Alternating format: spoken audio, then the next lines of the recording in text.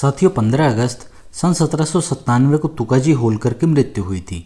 तुकाजी के दो बेटे थे, काशीराव और मल्हार राव, तथा दो दासी पुत्र थे, जसवंतराव और विठ्ठूर जी। बड़ा बेटा काशीराव गद्दी का वास्तविक अधिकारी था। जसवंतराव और विठ्ठूर जी ने मल्हार राव का पक्ष लिया था। दौलतराव सिंधिया ने काशीराव की मदद की। अंत में सिंधिया की सेना की सहायता से मल्हार राव मारा गया। काशीराव गद्दी पर बैठा और जसवंतराव भागकर पूना चला गया और विठ्ठूर जी कोल्हापुर चला गया।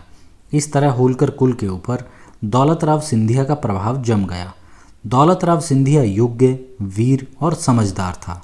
उसके पितामह माधोजी सिंधिया के साथ अंग्रेज़ों ने जो विश्वासघात किया था उससे वह अच्छी तरह परिचित था।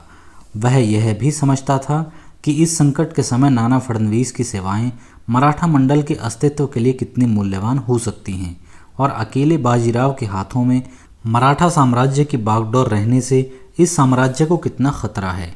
नाना फडणवीस और दौलतराव सिंधिया में पत्र व्यवहार हुआ।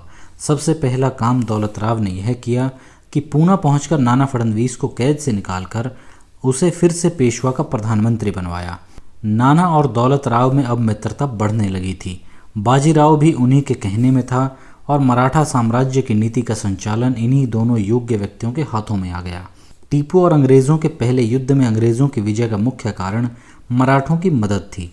मद्रास गवर्नमेंट के सेक्रेटरी जोसाया वेब ने 6 जुलाई सन 1798 को पत्र में साफ लिखा है कि ठीक समय पर मराठों की सेना मदद के लिए अगर न पहुंचती तो अंग्रेज़ों को उस युद्ध में सफलता नहीं मिल सकती थी। किंतु टीपू के साथ दूसरे युद्ध में टीपू की निर्दोषिता और अंग्रेज़ों के अन्याय दोनों इतने साफ थे कि इस बार वेलेस्ली और उसके साथियों को मराठों से सहायता की आशा नहीं थी। इसके विपरीत दौलतराव सिंधिया के पास एक विशाल और सन्नद्ध सेना थी। दौलतराव एक योग्य सेनापति था। वह अपनी सेना सहित इस समय पूना में था और वेलेस्ली को डर था कि कहीं टीपू पर अंग्रेज़ों के हमले करने के समय दौलतराव अपनी सेना सहित टीपू की मदद के लिए न पहुंच जाए। इसलिए टीपू पर दूसरी बार हमला करने से पहले मराठों की और वेलेस्ली की नीति के दो मुख्य पहलू थे। एक यह कि जिस तरह हो सके पेशवा बाजीराव को निज़ाम की तरह सब्सिडियरी संधि के जाल में फांसकर पंगु कर दिया जाए, और दूसरा यह कि दौलतराव सिंधिया और उसकी सेना को किसी न किसी तरह पूना से हटाकर उत्तर की ओर भेज दिया जाए।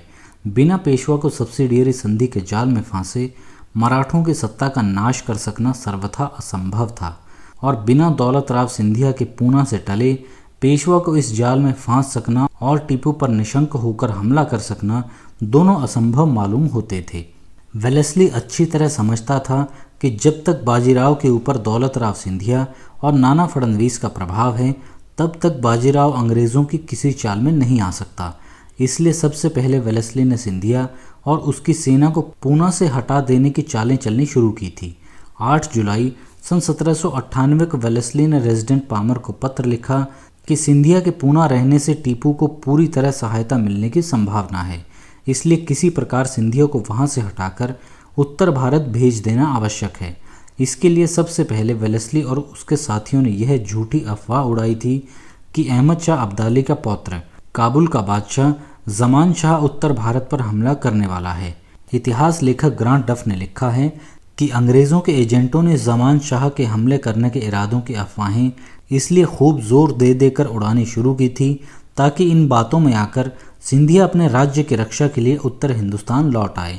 इतिहास लेखक मिल ने लिखा है कि ज़मान शाह के हमले की इन खबरों की कोई बुनियाद इन अफवाहों के अतिरिक्त और थी ही नहीं, और सन 1798 को ये खबरें जानबूझकर उड़ाई गई थी।